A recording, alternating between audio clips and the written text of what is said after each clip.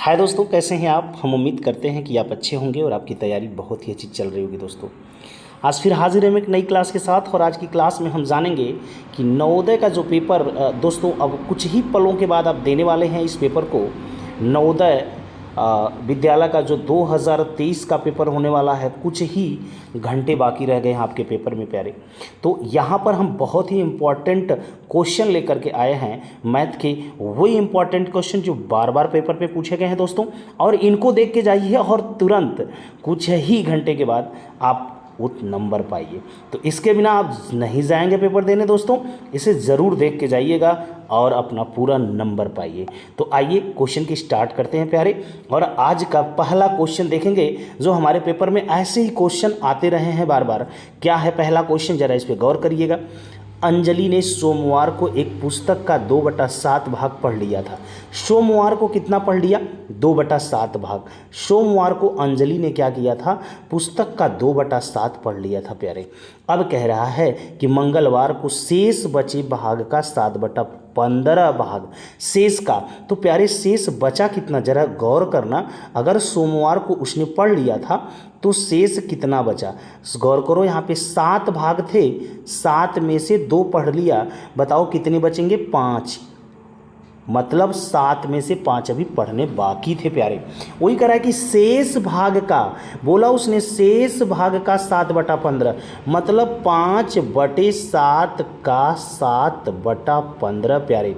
7 से 7 कटेगा, 5 तिहाई 15। आप सोच पा रहे हो, 1/3 आया। कहने का मतलब पहले इसने पढ़ा था 2/7, फिर पढ़ा इसने 1/3। भिन्न का जोड़ है प्यारे। एलसीएम लोगे आप 21 आएगा एलसीएम 21, बिल्कुल आप समझ रहे हो। अगर एलसीएम में ये 21 आपका आ जाएगा तो 7 त्रिक 21, 3 दूना के 6, प्लस यहाँ पे 3 सते 21, 7 एकम 7 6 13, मतलब 13/21 आ गया प्यारे। 13/21 आप आ गया। कहने का मतलब यहाँ पर ये हो गया कि ये पढ़ा हुआ भाग है। 21 में से 13 भाग, 13 भाग 21 में से अगर किसी ने पढ़ लिया प्यारे, तो मैं बताऊं कि कितना नहीं पढ़ा होगा। तो अगर 13 भाग 21 में से कोई पढ़ लिया है तो जो नहीं पढ़ेगा या जो बचा है वो बचेगा कितना? 8/21। और यही बचे हुए भाग को ये बता रहा है कि 192 है प्यारे।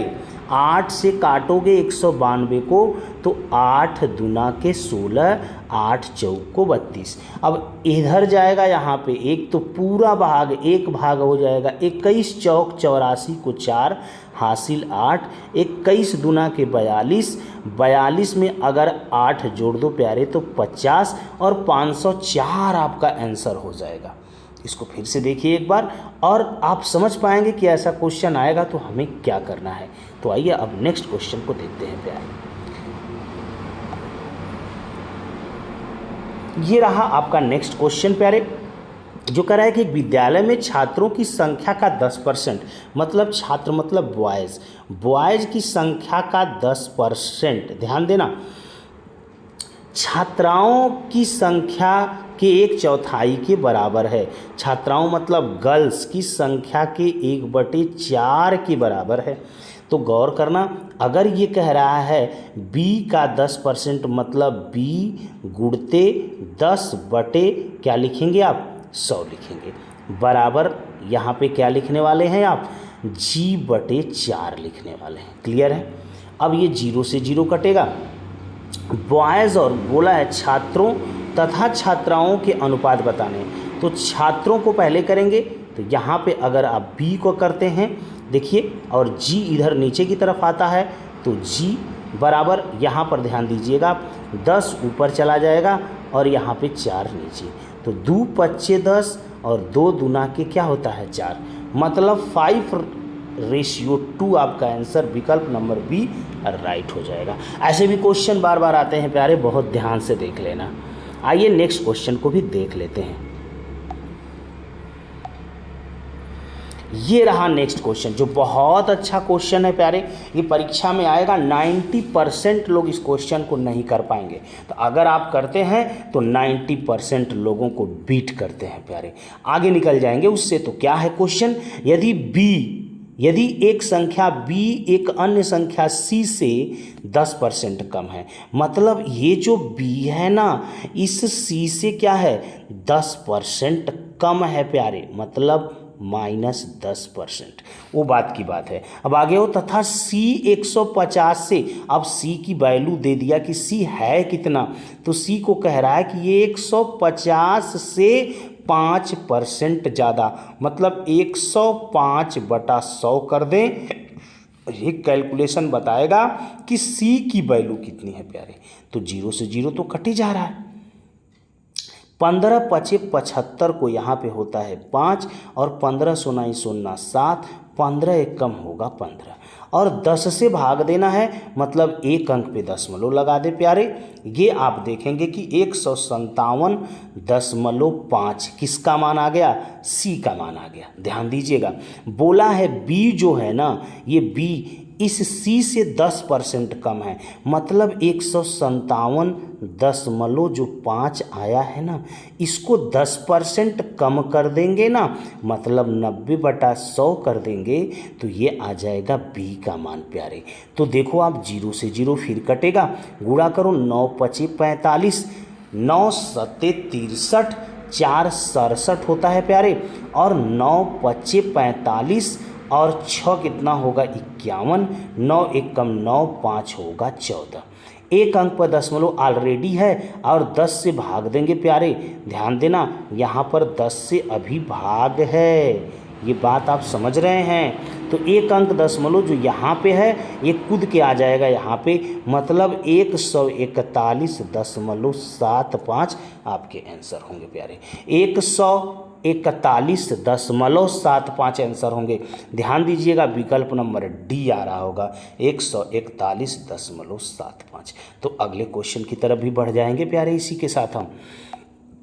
ये रहा हमारा अगला क्वेश्चन, बार बार पेपर पे पूछा गया, आपने लगाया भी होगा, तो एक बार और देखिए, ध्यान से देखिए, क्योंकि यही आएगा पेपर में।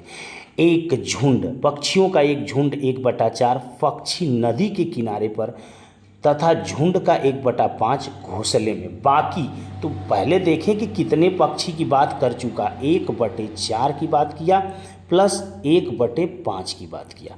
अगर हम इसको हल करें प्यारे तो आप देख पाएंगे यहाँ पे एलसीएम 20, 4 × 5 = 20 मतलब 5, 5 × 4 = 20 मतलब 4 एक कम 4, ये हो गया 9/20। क्लियर है, मतलब क्या कि 20 में से 9 पक्षी की तो बात कर चुका है, लेकिन 20 में से 9 अगर निकाल दें तो बचेगा 11/20, मतलब अभी भी 11/20 पक्षी बाकी हैं, और उस बाकी पक्षियों की संख्या जो बता रहा है वो बता रहा है 22। हम तो भाग की बात करें ना 11/20, अब काट दे 11 दूना के 22, अगर इधर कर लें तो पूरा भाग पक्षियों का हो जाएगा 20 दूना के 40। लेकिन पूछा क्या, घोंसले में कितने पक्षी हैं, तो दिया था 1/5 भाग पक्षी घोंसले में, मतलब पूरा पक्षी तो हो गए 40, और 40 का यदि आप 1/5 निकालो तो ये हो जाएंगे 5/40। तो विकल्प नंबर डी क्या होगा, राइट होगा। मैं समझ रहा हूँ ये बात आप बहुत अच्छे से समझ पा रहे होंगे प्यारे। तो आइए अब एक और क्वेश्चन को देख ही लेते हैं। ये रहा प्यारे आपका अगला क्वेश्चन, बहुत प्यारा क्वेश्चन है। कह रहा है जितना ये आसान है ना प्यारे, उतना ही ये आपको परीक्षा में घबराहट पैदा करेगा।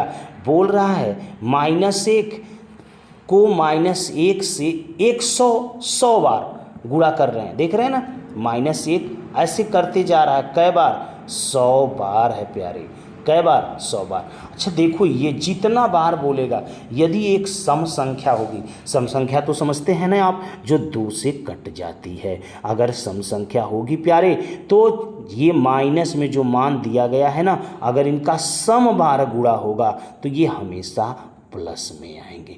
किस में आएंगे, प्लस में। यदि यही संख्या जो 100 है अगर विषम होता 99 बार या 101 बार तो ये हमेशा माइनस में आता, इसलिए यहाँ पे आंसर हमारा क्या होगा 1, क्योंकि 100 बार मतलब सम संख्या 100 है, इसलिए इसका मान प्लस में आएगा। तो मैं समझ रहा हूँ ये बातें आप समझ पाएँ, और इस प्रकार के क्वेश्चन और यदि कुछ घंटों बाद आपके पेपर में आते हैं तो आप पूरा करके अपने पूरे 20 में 20 नंबर पाएंगे दोस्तों। आइए एक नई वीडियो में मिलते हैं, कुछ ही क्षण के बाद इसको भी देखिएगा प्यारे। तो आज के लिए इतना ही। जय हिंद दोस्तों।